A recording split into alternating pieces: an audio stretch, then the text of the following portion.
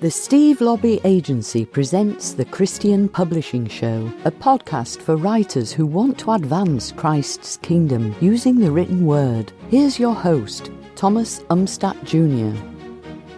One of the most brilliant marketers in the Old Testament was Queen Esther. And in today's episode, we're going to talk about what she has to teach us about marketing and building a platform. And this can change the way you market, may change the way you think about marketing. So this solo episode is not an episode you want to miss. But first, let's talk a little bit about Esther's story. This is a book in the Bible. If you want to read about it more, I encourage you to look it up. It's easy to remember because the book is titled Esther, so it's very straightforward. But Esther was a queen of Persia, and she was in a tough marketing position. Esther had presumably fallen out of favor with the king. He hadn't asked for her in over 30 days.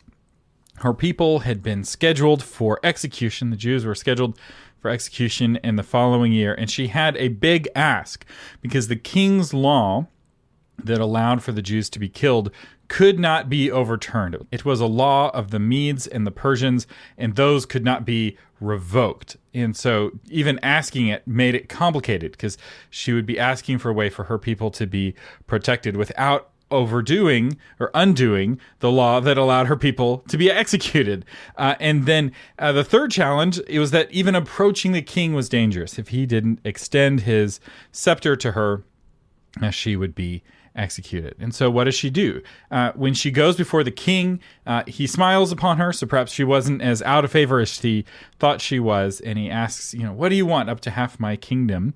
And then here's her answer. Does she say, oh, please save my people? She doesn't. She invites the king to a banquet in his honor. And then at that banquet, does she then ask, please save my people? No, she invites him to a second banquet. It's not until the second banquet is complete that she finally makes her ask. So why does this story matter for authors? Well, many authors are like Queen Esther. They are not in favor with readers, especially beginning authors. They don't have thousands and thousands of readers who know who they are and anticipating their next book and want to read their next book. They may have zero readers waiting for their next book because they are unknown. Or even if they've had some success, they don't have, tens of thousands of people on their mailing list. And it's a big ask to ask a stranger to buy your book. If they don't know who you are, why should they buy your book? So let's look at the book of Esther to learn how to fix these problems. So the first takeaway is that timing changes everything. There's an old saying that you must strike while the iron is hot. As a blacksmith, success comes in shaping metal. It's more about timing than it is about effort. You can strike cold iron as hard as you want, and it won't make any difference. You have to strike the iron while it is hot, and then you can shape it into the form that you want. So a perfect example of this in the book of Esther, Haman, the bad guy, if he had asked to have Mordecai executed one day earlier, he probably would have had his request fulfilled. Because who is Mordecai, right? He's this nobody. The king may or may not even know who he is or remember who he is. But because Haman waited, that night the king had, he was, having trouble sleeping. He couldn't, he stayed up really late and he had, read me the story of my life. That's my favorite topic. So they're reading him the story of his life. He comes across this account of Mordecai saving his life or turning in these assassins. The king asks, what was done for Mordecai? And the servant says, nothing was done for Mordecai. And so the very next day, the day Haman came in to ask for Mordecai to be executed, the king is asking, how can Mordecai be honored? Timing changes everything. And if we look at Haman, he's trying to divine the best time for his pogrom by casting lots, right? He's just hoping and thinking that timing is up to the gods and that if you can find out the right time, the universe will make your life easier. Esther, on the other hand, made her own good timing. And I think this is a really key difference. Esther took action while Haman was passive. And there are times when we, as followers of Christ, must take action. It's really easy to make laziness look like holiness, or fear to look like holiness, or we are sitting inactive, not making a difference, not out there in the arena. And we aren't feeling ashamed about that. We're like, oh, I'm just waiting on God's timing. It's like, what did Esther do to make good timing? She made it herself. Good timing can be manufactured. This is why Esther invited the king to a banquet instead of making her real request right away. And at that banquet, she invited the king to another banquet. So he was ready to give her whatever she asked for, up to half his kingdom by the end, because of her making this timing herself. Now, she asked people to fast for her. Interestingly, in the book of Esther, there's no mention of God and no mention of prayer in the Protestant version of the book of Esther. The Catholic version actually does have prayer in it. The Apocrypha has an extended edition of the book of Esther. And if any of you are curious, there are bonus chapters in the Catholic version. But that is neither here nor there. The reality, though, is that she asked her uncle and the other Jews in Susa to fast for her, and then she took action to make the timing go well. Which leads us to our second takeaway, and that is to throw a banquet. To think like Esther, you must change your marketing mindset and realize fundamentally that it is not about you. People don't care about you. The internet sent me and they asked me to tell you, no offense, but we don't care about you. The internet doesn't care about you. And no one other than your family and maybe some of your friends care about you in that kind of internet sense. And so if what you're doing is talking about yourself, no one cares unless you're a celebrity already. But no one got to be a celebrity by talking about themselves, or very few people. And the exceptions in this case prove the rule.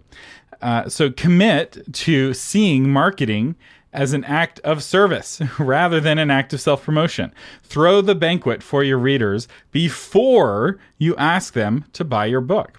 So how do you throw a banquet for your readers? Well, I mean, you could throw them a literal banquet at your launch party. In fact, I did this. I had a big launch party for my book, Courtship in Crisis. We had a big dance floor assembled, and lots of single people were there dancing, and it was a lot of fun. We were playing 1950s music, and I literally threw a banquet for my readers, and I can confirm it does work. I sold a lot of books at that launch party. In fact, I spent basically the entire launch party signing books rather than dancing. Jesus told us that if we want to have followers, we must be a servant. Matthew 20:26. If you want to be a leader, if you want people to follow you, you must be a servant. And the better that you serve, the more people who are going to want to follow you. So I recommend, and the first thing I recommend, is that you take a sticky note and write in big Sharpie, how can I bless my followers today? And put it on your computer to help you change your mindset. So you're not talking about you and your book all the time. Instead, you're talking about things that will bless them. The second thing I recommend that you do is to ask your followers, wherever they follow you currently, how you can better serve them. If you don't know who your followers are, how can you know how to serve them? How can you know how to bless them? If you are writing to a certain market, you need to be spending time with people in that market so you can know what their hopes and fears are. You know how they use language. Even if you're writing a novel, you need to be able to write a novel that resonates with them, and that means spending time with them, listening. As my dad always says, God gave you 2 ears and 1 mouth. That means I get to speak. No, I'm joking. Although he did say that jokingly. But there is a lot to be said about listening. You have 2 ears, you have 2 eyes. Use them to listen to your readers and to look at what your readers have to say about your book. The third thing that I recommend is to write your book for your audience rather than trying to find an audience for your book. This is a huge mindset shift, and one that successful authors, especially successful indie authors, are using to make massive amounts of money and grow incredibly large platforms that are very lucrative. It's just thinking more like a magazine where you're creating new content for the pre-existing group of followers that you have, rather than every book trying to go out and find a new group of readers for that book. Publishers that are switching to this mindset are doing very well. And this is not something that I've invented. Seth Godin has been advocating this for years, to find books for your audience rather than trying to find an audience for your book. And this is also where really strong author brands are built. So when Stephen King writes a book, he's trying to write a book for his existing followers. He already knows he has an audience, and he's writing the kind of book that he knows they want to read, which is why each one of his books are so successful. Another way to do this is to start kind of going through the various aspects of your platform and asking, how can I bless my followers on this platform? So let's say you're a blogger. How can I bless my blog followers? Well, review and recommend similar books, right? And you're like, but those books are my competitors. Why would I, if I'm writing Christian Amish or if I'm writing contemporary romance, why would I want to recommend other authors of contemporary romance? Well, be like Santa in The Miracle on 34th Street. He became so popular because he would recommend stores that weren't Macy's if they had a better deal or if they had the exact thing that the child was looking for. You want to be that trusted source. You want to be Santa Claus in this relationship where people trust you as a curator for good books on your topic, whether it's good books on your nonfiction topic or good novels that are related to your novel. Because your big readers, the readers who are reading lots of books, are wanting to read more books than you are able to write. And so they're going to go somewhere for those recommendations. Why not to you, right? Why not get their book recommendations from you? If they're used to coming to you for book recommendations, then when you let them know, hey, I have another book out, they're going to be that much more ready to buy your next book because they've been already eating at your banquet of book recommendations. And also, it forces you to read books that are related to your book, which is a key to success. One of the big separations I see between struggling authors and successful authors is how many books in their own genre they read. You need to understand the tropes. You need to understand what the readers are expecting. If you're writing nonfiction, you need to know what other people are saying so that you can know where your voice fits. And it doesn't mean you have to agree with everything, but it does mean that you need to understand where your topic fits in the conversation. So with my book about courtship, my foreword was written by Deborah Folletta, who arguably is my biggest competitor. She wrote the book True Love Dates, and it's on a very similar topic. And yet, I'd read her book, I liked her book, and I didn't see her as a competitor. Because while we agreed on a lot of things, our approaches were different, our books were different, and our topics were different enough for us to work together. And I had her on my radio show. I did a lot of things to promote her as well. I made a Deborah Folletta banquet for my audience and introduced Deborah to my audience, and she introduced me to hers, and we both benefited from that arrangement. Another thing that you can do with your blog to bless your blog readers is to answer questions. If people are sending you questions about your book, if you wrote a novel, if they're sending you questions about your topic, if you're writing nonfiction, answer those questions, not just in the email to that person, but on your blog so that other people who are afraid to email you that question can get their questions answered as well. So let's talk about email. How can you bless your email subscribers? Well, one way to do it is to give them free short stories. If you write fiction, this can be a really great way of building up anticipation for an upcoming book. If you have some short stories with those same characters in that same story world, and it's a wonderful gift, a way of saying thank you for being on my email list. Another way you can bless your subscribers and you provide for them a banquet is discounts, right? Let them know about exclusive discounts or be the first to know about when your book is on sale. It's a great banquet that you can throw for your subscribers. And another thing you can do, review and recommend similar books. So the same goes. Remember, you want to be the trusted source for book reviews, and what you put on your blog can also go out in your email list. In fact, I know a lot of authors have their blog connected with their MailChimp or their ConvertKit, and new blog posts go out as emails automatically. So really, they just write blog posts and they get a 2-for-1. That's very easy to set up. So you don't have to think of your blog as something separate from your email, especially if you're writing fiction. That makes a lot of sense. If you're writing nonfiction and you're blogging a lot, you're writing a lot of blog posts, you may not want an email to go out for each one of those posts, and maybe your email is just like a highlights, right? Here are the 5 posts from this week, and you may have a few paragraphs in the most popular post. But, the Steve Lobby blog is a 5-day-a-week blog, and a lot of people subscribe to that by email. So, in fact, That's often they think they're getting an email newsletter when in reality they're just having a blog post emailed to them automatically. So we're not staying up until 2 a.m. every night to send that email. That's done by robots. It's done by MailChimp. Now let's talk about social media. You know that I'm not big on social media, but that doesn't mean that you can't still throw a banquet for your followers on social media. If you are going to spend time on social media, do it in a way that blesses your followers. Do it in a way that edifies the people who follow you. That's how you're going to get more people to follow you. And probably the number one thing people are looking for is levity, laughter. They're wanting to smile. They're wanting a break from the stress of the world. And so if you can provide that for them, funny people on social media get far more followers than any other category, really. And because people want that laughter. They want that humor.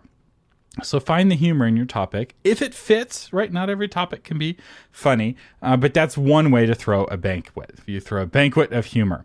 Another way is to pray for your followers. I know Mary DeMuth does this very powerfully. She will pray for her followers. She'll write prayers on her Facebook page. She'll write prayers on her Twitter.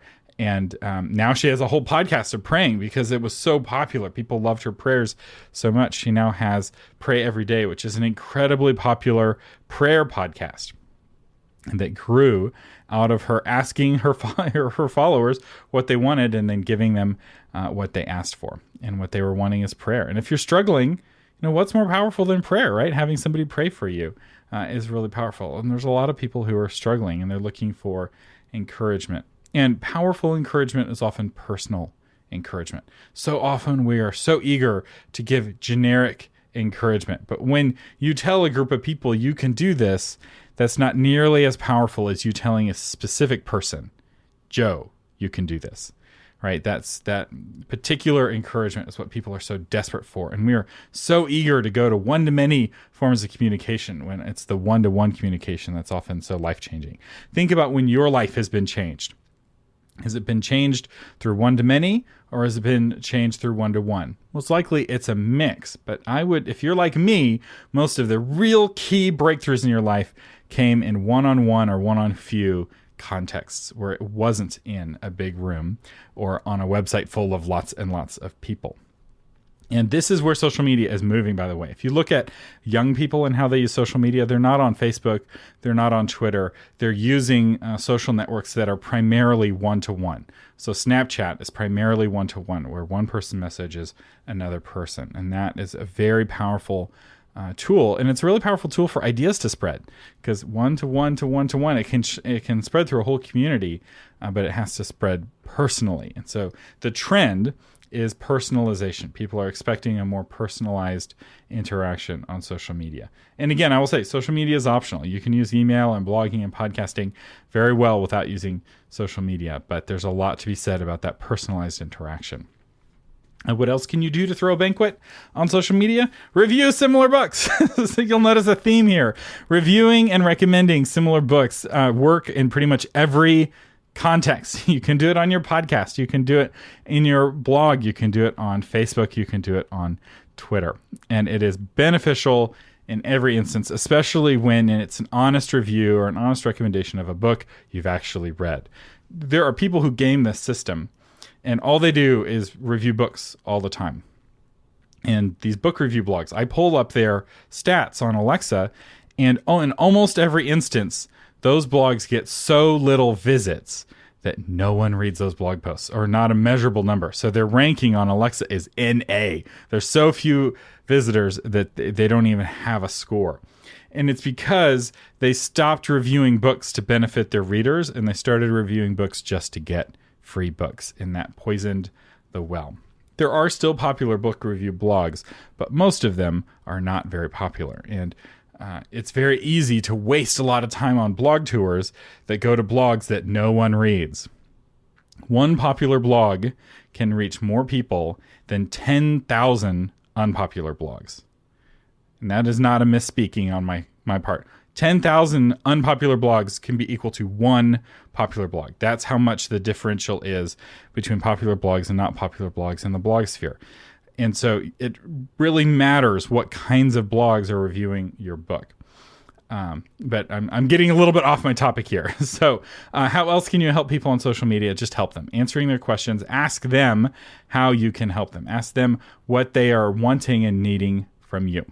And I would like to put this into practice. So here on the Christian Publishing Show, we've now been doing the show for several months. We're at episode 38. And I would like you to tell me how I can better serve you with this podcast. How can I throw you a better banquet? And you can just leave a comment and let me know, which episodes have you enjoyed? Which episodes have you not enjoyed? Do you like the solo shows, which are more work for me to put together? Or do you like the interviews better? Or do you like the current mix? What topics would you like me to cover in the future? Is there a burning question or an area that you would like me to explore more? I was at a OCW conference and somebody said, you covered indie, pros and cons of indie, and you covered the pros and cons of traditional, but you didn't cover the pros and cons of a small publisher. And I was like, you're right. I need to do an episode on that. And I will soon. I will do an episode on that. But let me know other topics that you want me to cover. Also, it would help me a lot if you let me know where you are on your publishing journey. Are you published? Are you just getting started? This will help me pick topics and find guests that speak to where you are on the journey. And then finally, where are you headed? Are you planning to go traditional? Are you planning to be independently published? And again, that will, if I find out that most of you are planning to be traditionally published, that's going to change my topic mix. If I find out that most of you are indie, that will change my topic mix. So do let me know how I can throw a better banquet for you. I really will be going through these comments and using them to give me direction for the next season of the show. So I need you to give me that feedback. And if you don't give me that feedback and others give me feedback and you don't like the direction the show takes, it's your fault because you didn't let me know what you wanted. And every single one of you listening to this show, your feedback is very valuable. Now, one final thought, and that is to be prayerful and creative as you walk this journey, because every book has a hook for a unique banquet that's unique to that book. Throwing a 1950s style dance was a unique technique that worked for my book because my book was about traditional dating. It wouldn't work for every book. But as you're creative, you'll find those unique creative ways of throwing a banquet for your followers, of blessing and serving your followers. And the better you do that, the more followers you have, the bigger platform you'll have, and the more you'll change the world. Our sponsor today is the Christian Writers Institute. As usual in the course of the day is The Art of Persuasion by yours truly. This is a course that I recently added to the Institute. And persuasion is one of the most important things we do as Christians and as authors. Persuasion is not only part of the selling process, but also part of the heart of good writing. So it's really key to be persuasive in your writing. And yet, persuasion is hard to do well and easy to do poorly. So in this course, I break down how to do it well and how to avoid the mistakes that people often make with their persuasion. And as always, you can save 10% at checkout with the coupon code PODCAST, which doesn't just work for this, it works for all of the courses on the Christian Writers Institute. We also have a link in the show notes that will help you activate that coupon code automatically. Thank you for listening to the Christian Publishing Show. For more information and to get episodes delivered to your phone automatically, visit christianpublishingshow.com.